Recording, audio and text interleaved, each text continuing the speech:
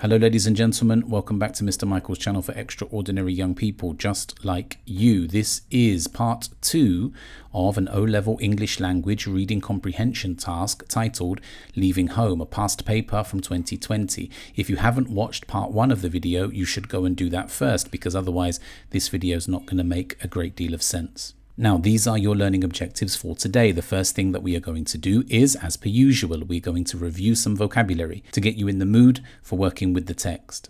Then the second thing we will do is I will provide you with some feedback and some explanations of the answers to the vocabulary questions that you completed in the last video. Then the third thing we're going to do is we're going to look at one of the question types in the O-level English language exam, which is in your own words questions. I'm going to give you some examples of how to answer them, and then you're going to answer some for yourself. And that will lead us to section number 4, which is when I will give you feedback on your answers. And the last thing that you will do is answer some of the remaining literal questions from the past paper. Are you ready to begin? These are 3 words taken from the vocabulary journal, which was presented to you in the last video. What I would like you to do is write down a definition or synonyms of each of those words, ideally from your mind. You should have studied them before. Try not to look them up unless it's absolutely necessary. Please pause the video and do that now. Thank you. Okay, you're done. The first word is transmit, and the word transmit means to cause something to pass from one person to another or from one thing to another. A synonym for transmit might be transfer, okay, to transfer something from one place to another. The second word is uninhabited. Un is a prefix at the beginning which means not, and the word inhabited means, or usually means, that there are people living in a place. Okay, you could also say it's inhabited by pigeons or it's inhabited by animals, but generally, if a place is inhabited, that means that there are human beings who live there. Therefore, if you put the prefix un together with the word inhabited, then you have uninhabited, which means that there is nobody living there. You could say unpopulated as a synonym. And the third word is awestruck. Again, we can break that down into 2 parts. Awe means wow, incredible, amazement, amazed by something. Struck means to be hit, right? So if you're awestruck, you are hit by how amazing something is. Fantastic. Okay, these are the vocabulary questions that I got you to answer in the last video. If you haven't completed them yet, then of course you should. And spoiler alert, I'm about to give you the answers. 3, 2, 1, here are the answers. Now, in a moment, I'm going to explain 2 of these vocabulary questions that I think are quite difficult. But if you did get any wrong, what I would like you to do is pause the video, go back to the text and check your answer. Check if you can understand now why you got it wrong and why the answer displayed on the screen is correct. Okay, go and do that now, please. This is the first one I would like to look at, which is question 9a. Okay, the question says, which of the following words has the same meaning that the word has in the passage? Now, the strategy that I would use to answer these vocabulary questions is I would find the word in the text. As you can see, the sentence is in front of you. I hated to be held by the hand or expected to walk in an orderly fashion.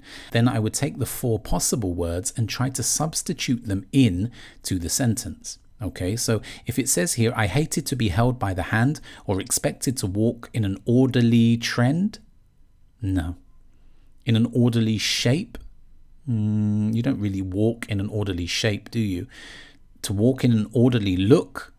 Doesn't make sense. To walk in an orderly way. There you go. So the word fashion means way. So the word fashion can also mean to do something in a particular manner, in a particular way. Let's look at the second one. Now the word is unyielding. In the starter activity to this video, we mentioned that the prefix un means not. So we have not yielding. Now let me read you the text. It says, I remember rushing to the cupboard, unhooking my coat from its peg, shoving my hands with some difficulty into its unyielding woolen sleeves, and fastening the brown buttons one by decisive one. You try to put your hands into a coat, but it gives you some difficulty. It's difficult for you to get your hands into it. Okay, that's what the text is saying. So let's try to substitute the options into that space. With some difficulty into its rough woolen sleeves. Well, that makes sense. Wool can be rough, But if the wool was rough, would that give you difficulty putting your hands into it? Probably not. It would be uncomfortable, but I don't think it would make it difficult. Can the woolen sleeves be strict? Are the woolen sleeves going to tell you off? I don't think so. That's not quite correct. Can the woolen sleeves be harsh? No, I don't think so. So therefore, we go back to this word. So therefore, the only option which really works is stiff. And stiff means something that is difficult to move. It's not very flexible. It's quite tough. And therefore, if your coat was stiff, it would be difficult for you to get your hands into it. In this session, we're going to look at what are called in your own words questions. They are one of the types of questions that you will have to answer in the O-level English language exam. When you come across an in your own words question, you have to do two things. The first thing that you have to do is identify the key words, and the second thing that you have to do is use synonyms to explain what they mean. Now, before I show you what that means, I would like you to copy what's on that screen into your notes, please. Please pause the video and do that now. Let's have a look at this example. The sentence at the top of the screen is taken from paragraph 2 in the text. Let me read you the question. In your own words, explain how the main character was feeling as she walked on the uninhabited island. And then there are 2 marks available. Now, this is important because when there are 2 marks available, that means that you have to find 2 key pieces of information. If it said 1 mark, you would only be looking for 1 piece of information. So, how was the main character feeling as she walked on the uninhabited island? The word wandered means to stroll or to walk slowly. Therefore, the only other options available here are she was feeling awestruck by this sudden turn of events. So therefore, I've highlighted the word awestruck in blue, and I've highlighted the sudden turn of events in red. Now, the second thing that we have to do when we have in your own words questions is we have to find synonyms to replace the words in blue and the words in red. So here is my answer. The main character felt amazed by the unexpected occurrences. If you see, I've used the word amazed to replace awestruck, and I've used the phrase unexpected occurrences to replace the sudden turn of events. So I've used my own words to explain how the main character was feeling as she walked on the uninhabited island. Now it's your turn. This is a past paper question, and it says the writer was fearsomely but thrillingly alone. Explain in your own words how she felt. Well, there are 2 marks available, so you have to find 2 pieces of information in that short sentence and explain them in your own words. Pause the video, have a go, and then I'll give you some feedback in a moment. Have you done that? Okay, spoiler alert, I'm going to give the answer now in 3, 2, 1.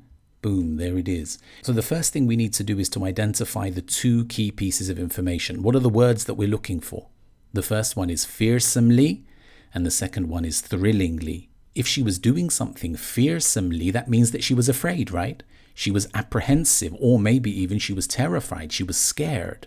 But at the same time, she did it thrillingly. It was thrilling for her, which means that she was happy, or she was delighted, or maybe even excited by the experience. So therefore, my answer says she was afraid, apprehensive, terrified, but also happy and delighted. Time for another question. It says the writer says her grip on my shoulder transmitted her awareness that I was always going to leave. Explain in your own words what is happening here. Have a look how many marks you have. 2 marks. See if you can identify the key information and write it in your own words. Pause the video and have a go now, please. Okay, spoiler alert. I'm going to give the answer in 3, 2, 1. Boom, there it is. Okay, now first of all, what are the words that we are looking for in the original text? The first word is transmitted and the second word is awareness. Therefore, I have written in my answer, the grip on her shoulder communicated. Because if something is transmitted, it is passed from one person to another. So therefore, that is called communication. The grip on her shoulder communicated that she knew her daughter was always going to leave one day. So the word awareness has been replaced by knowledge. She was aware of it. She knew that it was going to happen. Now, the last part of the lesson is to answer some more questions. In the final video, we're going to focus upon what's called meaning and effect questions. But for now, I would like you to answer the rest of the remaining questions on the past paper. And there are also some more questions here. I will provide feedback in the forthcoming lesson. And that leaves us with the plenary. The first question is, tell me a strategy for answering in your own words questions. The second question is tell me a synonym for the word fashion.